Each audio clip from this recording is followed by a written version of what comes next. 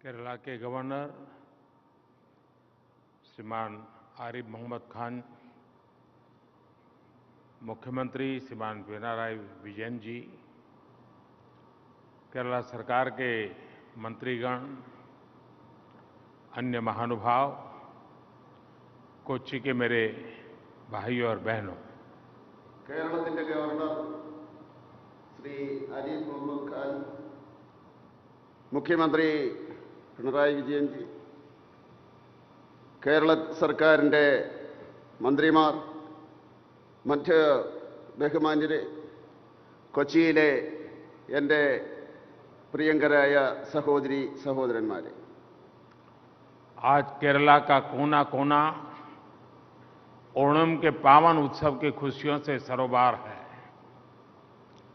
उत्साह के इस अवसर पर केरला को कनेक्टिविटी से जुड़ी 4,600 करोड़ रुपए से अधिक की परियोजनाओं का उपहार मिला है। കേരളത്തിൻ്റെ ഈ മണ്ണിൽ ഇന്ന് ആഹ്ലാദപൂർവം ഓണം ആഘോഷിച്ചുകൊണ്ടിരിക്കുകയാണ്. ഈ ആഹ്ലാദകരമായിട്ടുള്ള അവസരത്തിൽ കേരളത്തിൻ്റെ കണക്ടിവിറ്റിക്ക് വേണ്ടി 4,600 കോടി രൂപ അധികമായിട്ടുള്ള പദ്ധതി ഉപകാരമായിട്ട് ഇവിടെ ലഭിക്കുകയാണ്. ईज ऑफ लिविंग और ईज ऑफ डूइंग बिजनेस को बढ़ाने वाले इन प्रोजेक्ट्स के लिए मैं आप सभी को बहुत बहुत बधाई देता हूं। ഈസ് ഓഫ് ലിവിങ്ങിനും അതുപോലെ തന്നെ ഈസ് ഓഫ് ഡൂയിങ് ബിസിനസ്സിനും ഗുണകരമായിട്ടുള്ള ഈ പ്രോജക്റ്റുകൾ ഈ കേരളത്തിൽ ലഭിച്ച അവസരത്തിൽ നിങ്ങളെ ഞാൻ അഭിനന്ദിക്കുകയാണ്. हम भारतवासियों ने आजादी के अमृत काल यानी आने वाले 25 साल में विकसित भारत के निर्माण का विराट संकल्प लिया है। विकसित भारत के इस रोड मैप में आधुनिक इंफ्रास्ट्रक्चर का बहुत बड़ा रोल है। आज केरला के इस महान धरती से विकसित भारत के लिए एक और बड़ा कदम उठाया गया है। കേരളം ഭാരതമെന്ന ആസാദി കാ അമൃതകാൽ ആഘോഷിക്കുകയാണ്.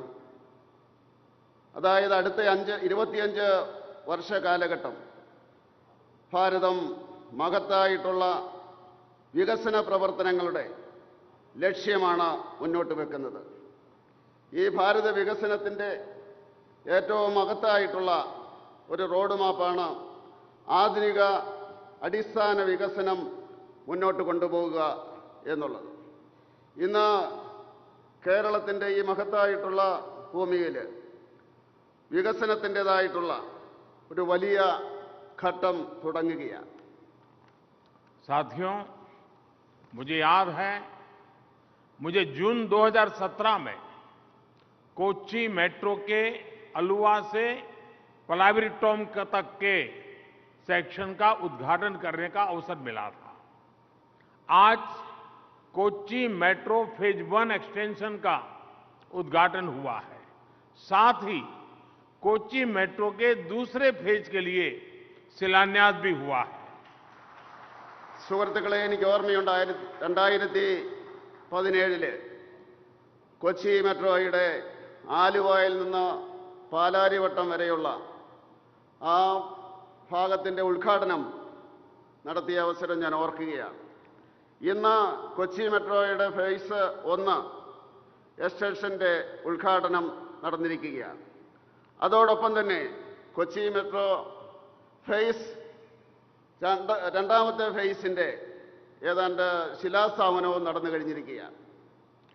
कोच्चि मेट्रो का दूसरा फेज जेएलएन स्टेडियम से इन्फो पार्क तक जाएगा।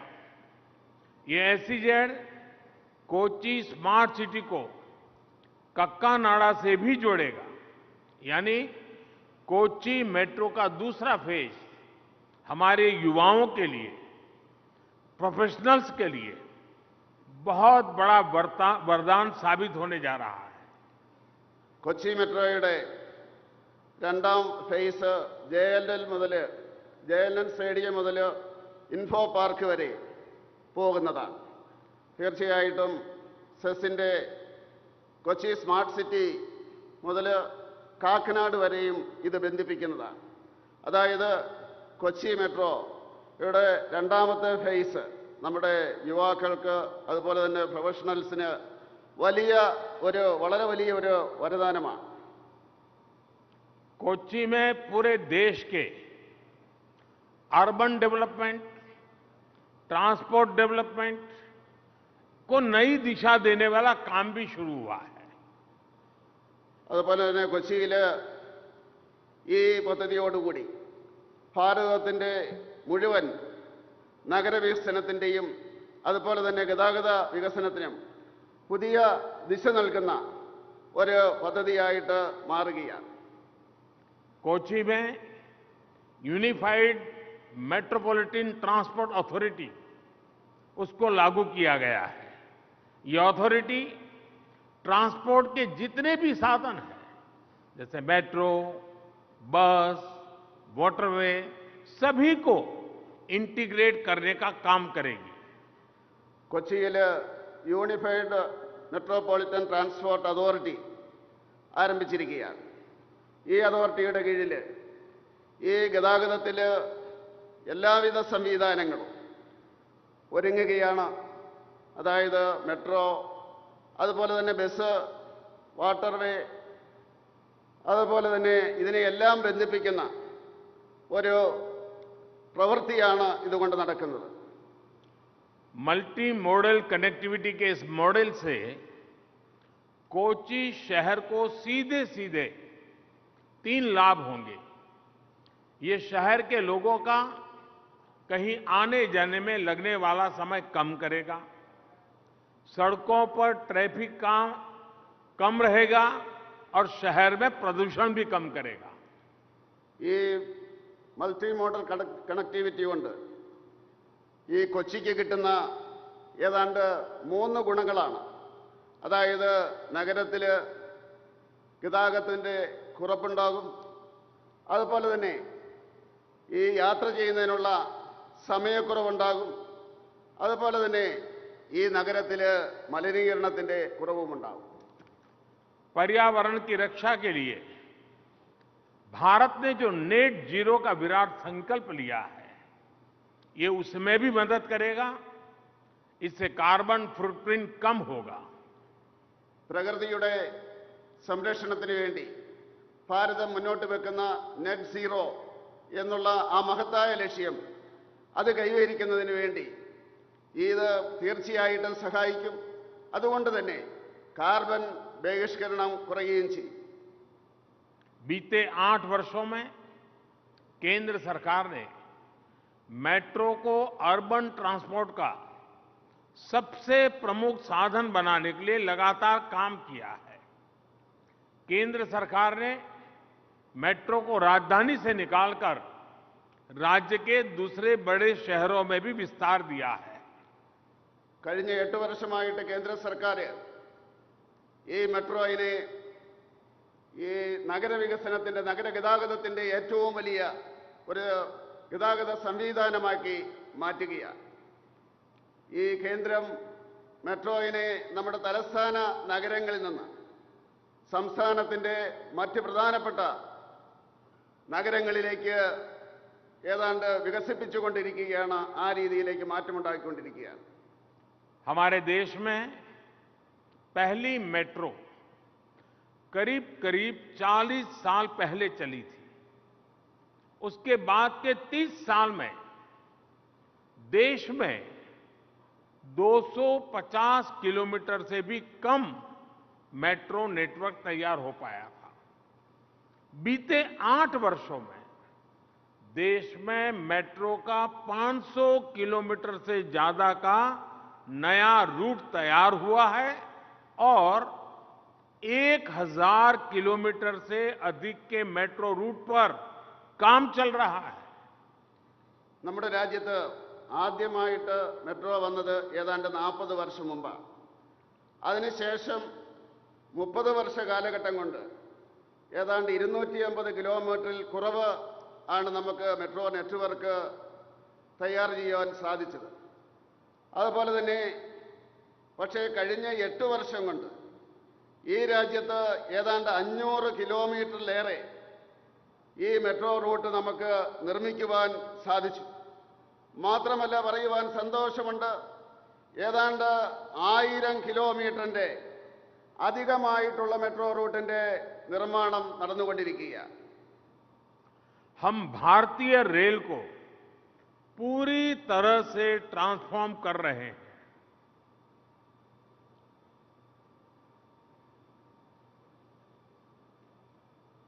നമ്മളിന്ന് ഭാരതീയ റെയിൽവേയെ പൂർണ്ണമായിട്ടും പരിവർത്തനം നടത്തി മാറ്റിയെടുത്തുകൊണ്ടിരിക്കുകയാണ്. आज देश में रेलवे स्टेशनों को भी एयरपोर्ट्स की तरह डेवलप किया जा रहा है। ഇന്ന് आज രാജ്യത്ത് केरला को जिन प्रोजेक्ट्स का उपहार मिला है, उनमें केरला के 3 बड़े रेलवे स्टेशन को रीडेवलप कर उनको अंतर्राष्ट्रीय स्तर का बनाने की भी योजना है। अब Ernakulam town station, Ernakulam junction और कोल्लम स्टेशन में भी आधुनिक सुविधाओं का निर्माण होगा। ഇന്ന് രാജ്യത്ത് എയർപോർട്ട് പോലെ മെട്രോ സ്റ്റേഷനെ വികസിപ്പിച്ചുകൊണ്ടിരിക്കുകയാണ്. ഇന്ന് കേരളത്തിൽ ഈ കിട്ടുന്ന പ്രോജക്റ്റിൽ, ഉപകാരം എന്ന രീതിയിൽ കിട്ടുന്ന പ്രോജക്റ്റിൽ 3 സ്റ്റേഷനുകളുടെ ഈ രീതിയിലുള്ള വികസനം നടക്കുകയാണ്. അത് ഏതാണ്ട് അന്താരാഷ്ട്ര തലത്തിലുള്ള വികസനമായിട്ട് മാറുകയാണ്. Ernakulam town station, Ernakulam junction, Kollam junction, ഈ സ്റ്റേഷനുകളെല്ലാം ആധുനികമായിട്ടുള്ള സംവിധാനത്തോടുകൂടി വികസിപ്പിക്കുകയാണ്. केरला की रेल कनेक्टिविटी आज एक नए माइलस्टोन पर पहुंच रही है। तिरुवनंतपुरम से लेकर मंगलुरु तक पूरे रेल रूट का दोहरीकरण हो चुका है। ये केरला के सामान्य यात्रियों के साथ साथ श्रद्धालुओं के लिए भी बहुत बड़ी सुविधा है। ഈ കേരളത്തിലെ റെയിൽവേ കണക്ടിവിറ്റി ഇന്നൊരു മൈൽ സ്റ്റോണിലെത്തിയിരിക്കുകയാണ്. തിരുവനന്തപുരം മുതൽ മംഗലാപുരം വരെ ഈ റൂട്ട് ഇരട്ടപ്പാതയാക്കി മാറ്റിയിരിക്കുകയാണ്.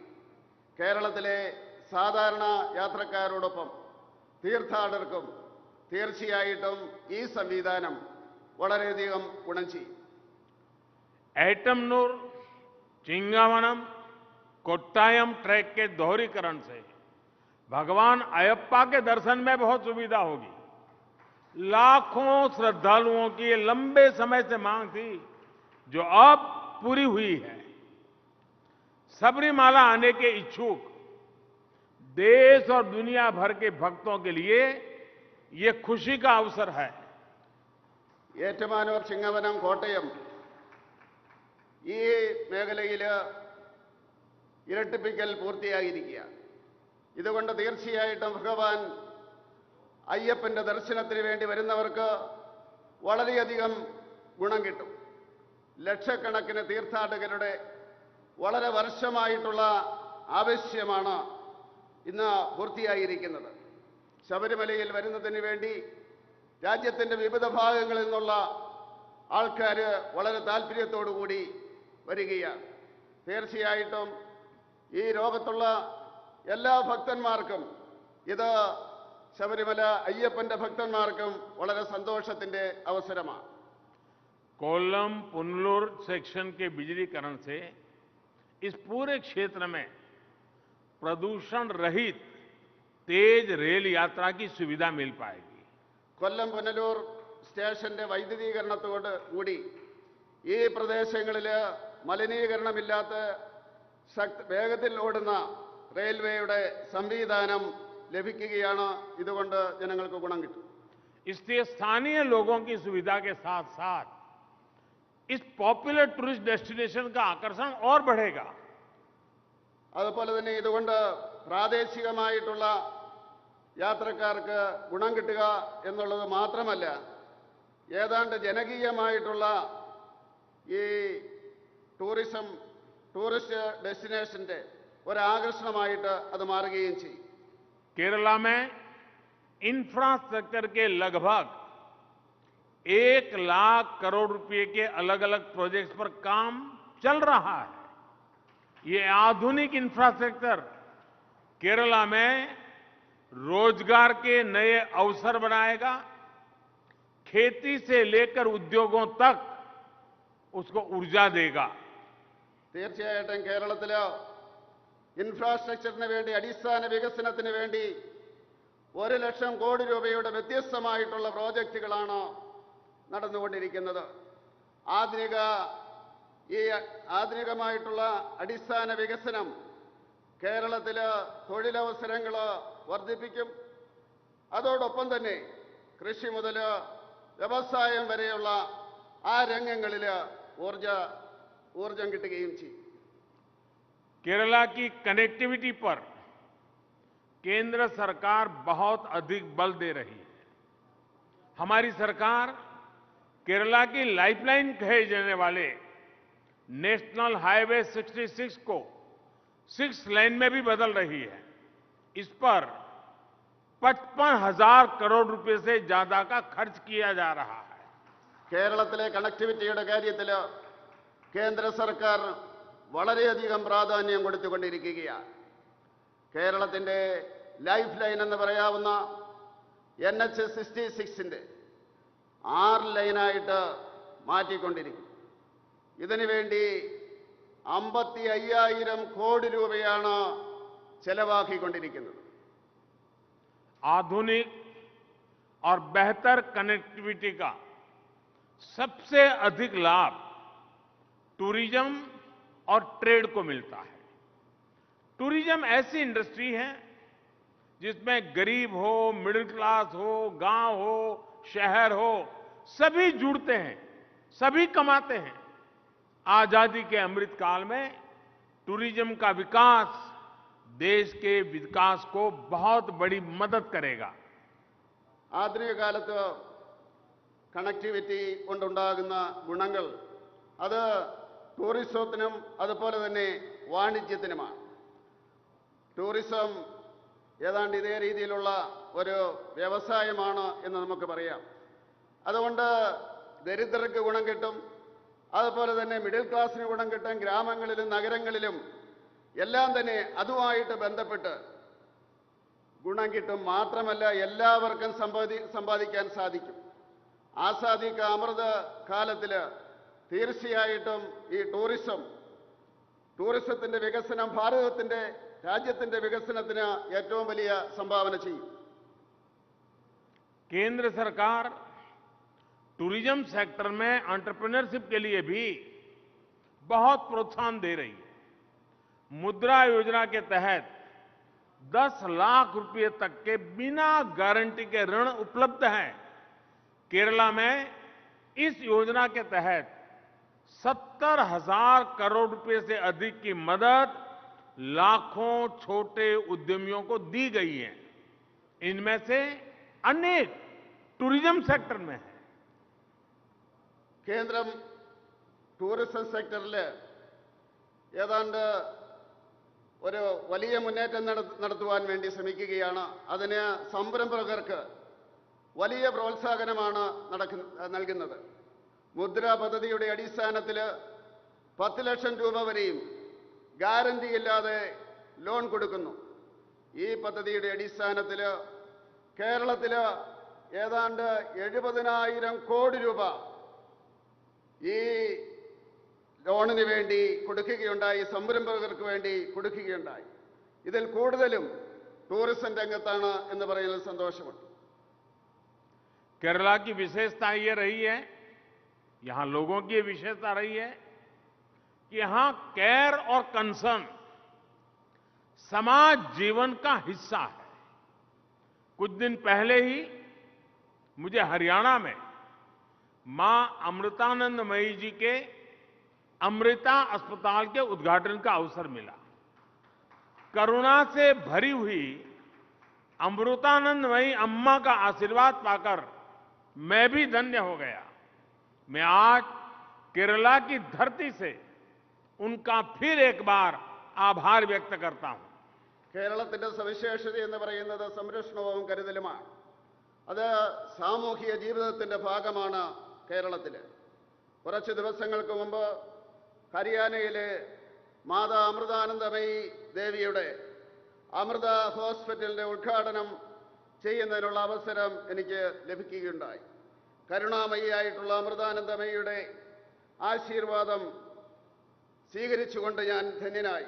ഇന്ന് ഈ കേരളത്തിന്റെ മണ്ണിൽ നിന്നുകൊണ്ട് ഒരിക്കൽ കൂടി ഞാൻ നന്ദി പറയുവാൻ ആഗ്രഹിക്കുകയാണ്. साथियों, हमारी सरकार सबका साथ, सबका विकास, सबका विश्वास और सबका प्रयास के मूल मंत्र पर काम करते हुए देश का विकास कर रही है. സുഹൃത്തുക്കളെ, നമ്മുടെ സർക്കാർ സബ്കാ സാത്ത്, സബ്കാ വികാസ്, സബ്കാ വിശ്വാസ് അവർ സബ്കാ പ്രയാസ് എന്ന മൂലമന്ത്രത്തിന്റെ അടിസ്ഥാനത്തിൽ ഈ രാജ്യത്തിന്റെ വികസനത്തിന് വേണ്ടി ശ്രമിച്ചുകൊണ്ടിരിക്കുകയാണ്. आजादी के इस अमृत काल में हम सभी मिलकर विकसित भारत का रास्ता सशक्त करेंगे. इसी कामना के साथ फिर एक बार आप सभी को विकास परियोजनाओं की बहुत बहुत बधाई. फिर से एक बार सबको ओणम की शुभकामनाएं. बहुत बहुत धन्यवाद. ആസാദിക്ക് അമൃതകാലത്തിൽ തീർച്ചയായിട്ടും നമ്മൾ ഒറ്റക്കെട്ടായിട്ട് നിന്നുകൊണ്ട് ഭാരതത്തിന്റെ വികസനത്തിന്റെ പാത മുന്നോട്ട് കൊണ്ടുപോകാൻ വേണ്ടി ശ്രമിക്കണം എന്ന് പറഞ്ഞുകൊണ്ട് ഈ ലക്ഷ്യത്തിന് വേണ്ടി, വികസനത്തിന്റെ ലക്ഷ്യത്തിന് വേണ്ടി, പദ്ധതിക്ക് വേണ്ടി എല്ലാവരും ഒന്നുകൂടണമെന്ന് പറഞ്ഞുകൊണ്ട് അതിൻ്റെതായിട്ടുള്ള അഭിനന്ദനങ്ങൾ അറിയിച്ചുകൊണ്ട് ഒരിക്കൽ കൂടി ഓണത്തിന്റെ ആശംസകൾ എല്ലാവർക്കും അർപ്പിക്കുന്നു.